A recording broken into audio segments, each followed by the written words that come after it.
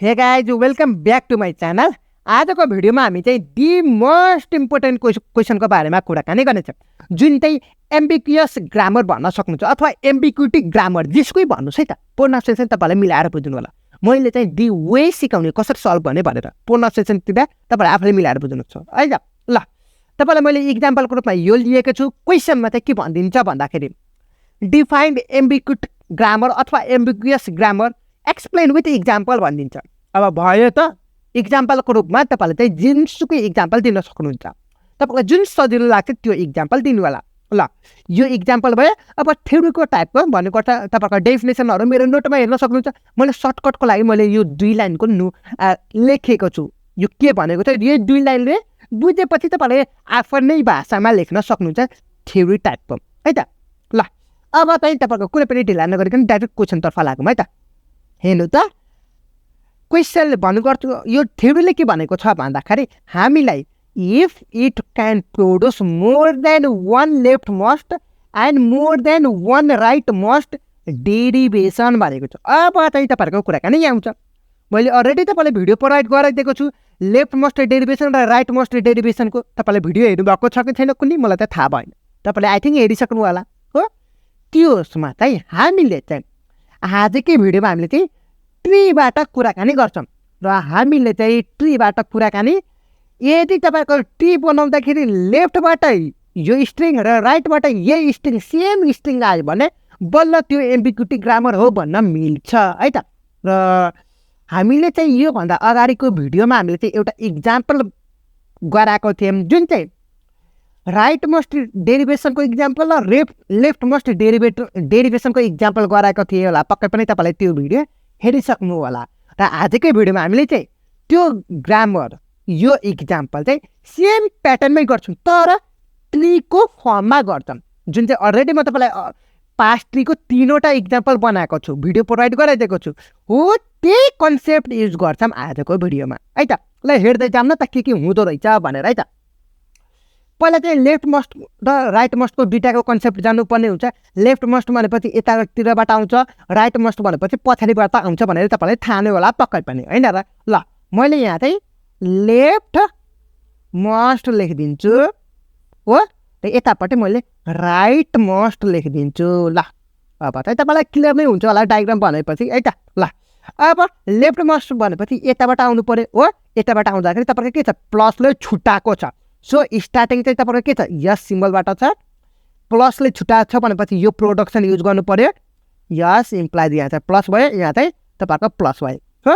अब चाहिँ तपाईँको यहाँ चाहिँ के छ ए भने चाहिँ यो यस इम्प्लाइज तपाईँको ए छ। सो डाइरेक्ट यहाँ चाहिँ ए लेखिदिने सकिगयो हो। यो त भयो। अब त्यसपछि यो यतिको भाग चाहिँ यहाँ चाहिँ काम गरिसकेको छ। यहाँ ए चाहिँ यहाँ प्लस छ। अब यहाँ चाहिँ इन्टुको साइन छ, मल्टिप्लिकेसनको साइन भर्दैपछि यो युज गर्ने हो। अब यसलाई टुक्राउनु पर्ने हुन्छ। यस मल्टिप्लाई यस भने छ। अब यस इम्प्लाइ तपाईँको ए छ, यहाँ ए छ, यहाँ पनि ए छ। सो अब चाहिँ तपाईँको यहाँ ए लेखिदिनुहोस्, त्यसपछि यहाँ ए लेखिदिनुहोस् भयो। अब ट्राभल गरौँ न त। यताबाट ट्राभल गर्दाखेरि यहाँ एमा पुग्यौँ हेर्न सक्नुहुन्छ।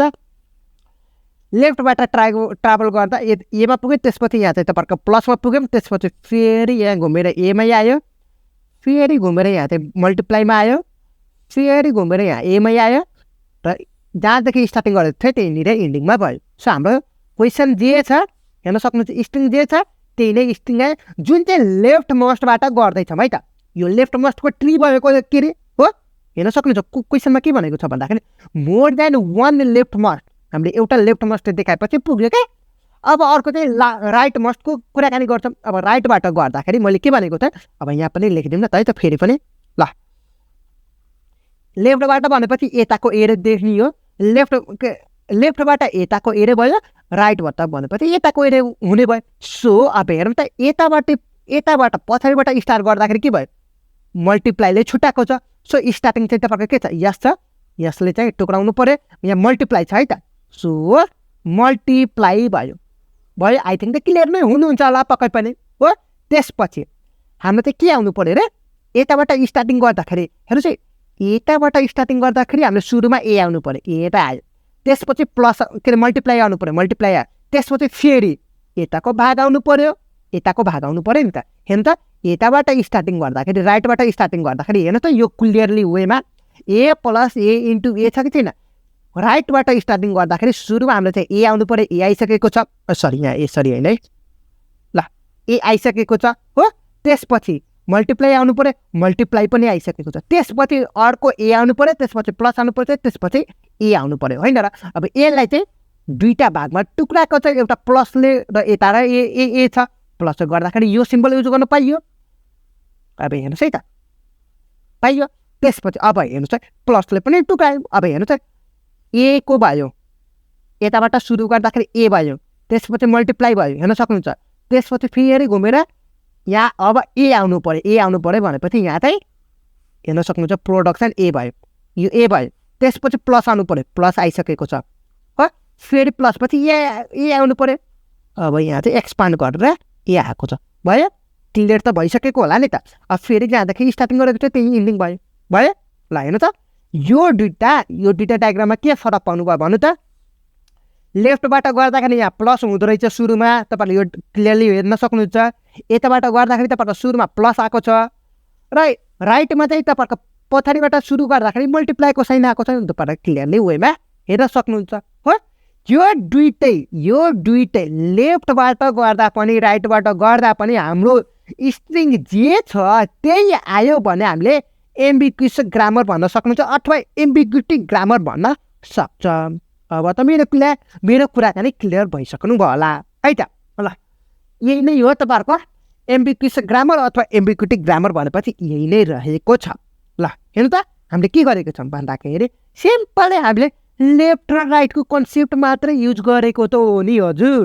केही यसमा डिफ्रेन्ट पाउनु भएको छ कि छैन र छैन होला आई थिङ्क होइन त्यसैले म तपाईँलाई सुरुमा स्टार्टिङमा के भनेको थिएँ भन्दाखेरि पहिला चाहिँ तपाईँले लेफ्ट मोस्ट र राइट मोस्टको कन्सेप्ट बुझिसकेपछि तपाईँलाई यो चाहिँ केही पनि गाह्रो लाग्दैन होला होइन र तपाईँहरूको हाँगा बनाउनु चाहिँ हुने जुन चाहिँ अलरेडी हामीले दुईवटा कन्सेप्ट हो नि एप्लाई गरेको एउटा हामीले चाहिँ पास्ट ट्रीको कन्सेप्ट एप्लाई गरेको छौँ पास्ट ट्री भनेको जुन चाहिँ मैले अलरेडी तपाईँलाई 3वटा इक्जाम्पल प्रोभाइड गराइदिएको छु त्यो भिडियो हेर्नु होला र अर्को कन्सेप्ट भनेको अर्थात् तपाईँहरूको लेफ्ट मोस्टको र राइट मोस्टको कन्सेप्ट त हो नि एप्लाई गरेको छु यही दुइटाको मिक्सिङ भनेको एम्बिग्युस ग्रामर अथवा एम्बिग्युटी ग्रामर भन्न सक्नुहुन्छ जुन चाहिँ क्लियरली वेमा तपाईँहरूको यो इक्जाम्पल हेर्न सक्नुहुन्छ है त ल आजको भिडियो चाहिँ यति नै गरौँ फेरि पनि हामी चाहिँ अर्को भिडियो लिएर आउने नै छौँ सो फर द्याट अहिलेसम्म च्यानललाई सब्सक्राइब गर्नुभएको छैन भने च्यानललाई सब्सक्राइब गर्न नबिर्सनु सो यति भन्दै आजको भिडियो यही समाप्त हुन्छ